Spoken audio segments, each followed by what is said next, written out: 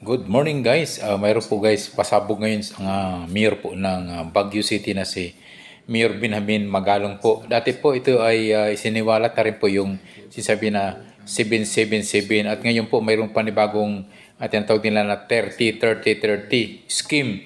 At ito'y patungkol din po ito sa ayuda.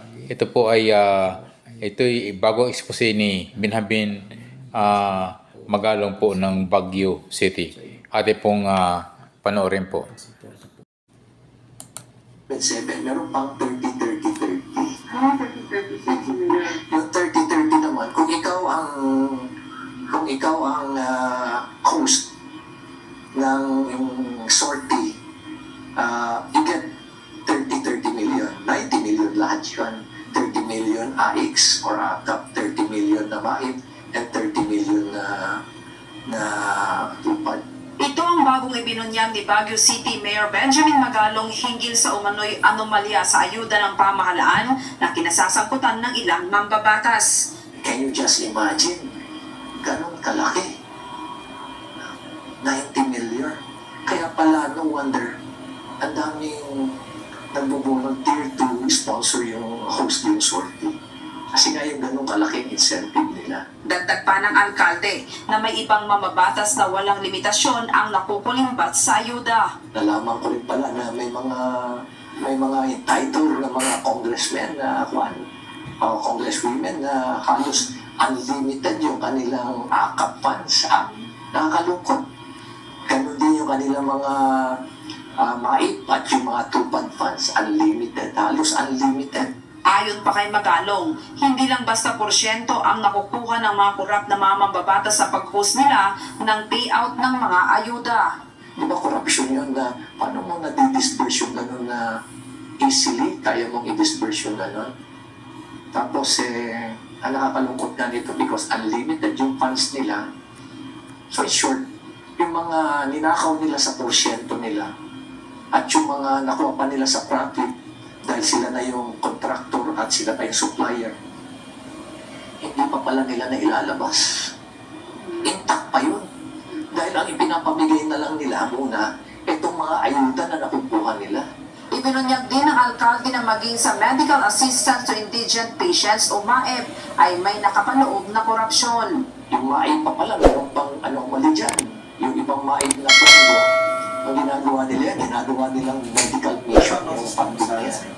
At doon sa medical mission na yan, i-jack up nila yung price ng medicine at yung services nila para may rebate, may babalik doon sa politiko. Ikinadismaya ni Mayor Magalong ang tila kawalan ng pakiramdam ng mga tiwaling magbabatas na ang dapat sanay pakinabangan ng may hirap nating kababayan ay napupunta pa sa kanila. Nakakalungkot isipin na ganun na katindi, ganun na ang level ng corruption na as if is now being committed with impunity. Na wala na silang pakiramdam, manhid na sila. Swerte na 500, 600, mga vendors 400, 500. Habang yung iba rito sa mga napaka-corrupt na politiko, they can easily make ₱1 billion in a year. Ang pinakamatindi dito ay nagagamit pa nila ito sa panluloko sa mga botante. At nakikita mo nga yung ibang congressman pag magsalita pa sila, di ba? Ayuda raw is the best thing that ever happened. Mga ganon, di ba? O kaya kung wala si ganito, walang ACAP. Wala si ganito, walang MAIP. Kung wala si ganito, walang tupad.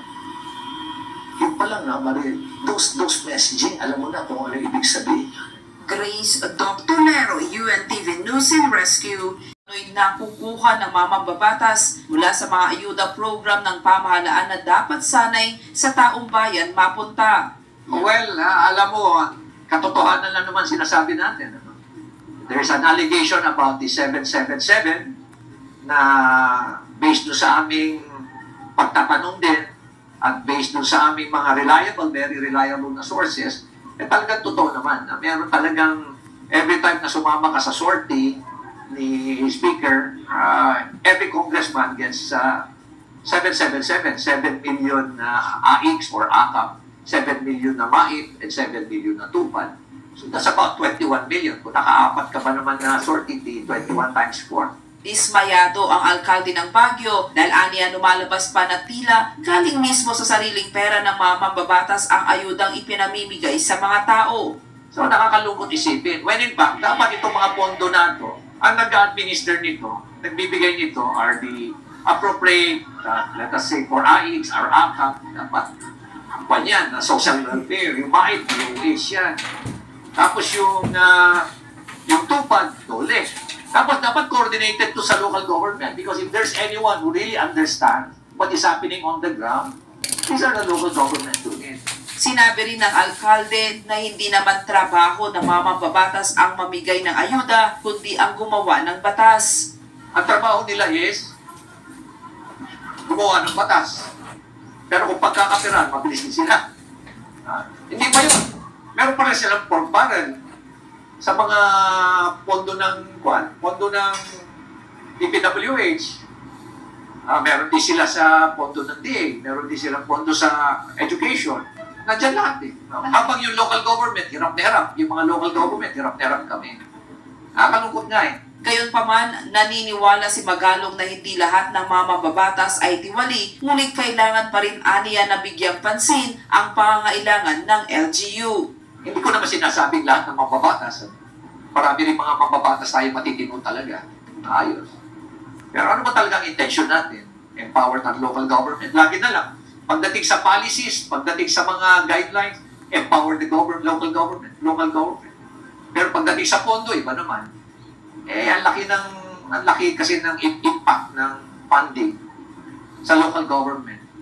Kung talagang gusto mong empower, isa yan sa mga dapat mo bigyan, yung appropriate na funding. Dagdag pa ni Magalong sa ngayon ay nakikipag-ugnayan na siya sa Department of Finance upang linawin ang tungkol sa pondong dapat sanay nakalaan sa LGU. We already wrote the Department of Finance na kung pwede magkaroon ng dialogue para malaman namin ano ba talaga ang kwentahan. Kasi feeling namin na short-change kami. We're not receiving the full 40%. Grace Doctorero, UNTV News and Mahirap lang talaga. Kasi nakafocus lahat sa akin. Attention, gagawa sila ng mga intriga, gagawa lahat sila ng mga kasinungalingan. Sinisiraan talaga nila ako. Pero, kailangan ba natin manahimik? Tatahimik ba tayo? Hindi tatahimik. Itong binigyang diin ni Baguio City Mayor Benjamin Magalong matapos na maging kontrobersyal ang kanyang pagsisiwalat sa katiwalian sa proyekto ng gobyerno. Ayon sa alkalde, hindi siya pwedeng magpatalo sa takot dahil malaking responsibilidad ang nakaatang sa kanya bilang isang opisyal ng lungsod. Yan ang sinumpaan natin eh. Willing to die for this country. Willing to die din naman ako para lang ipaglaban yung tama.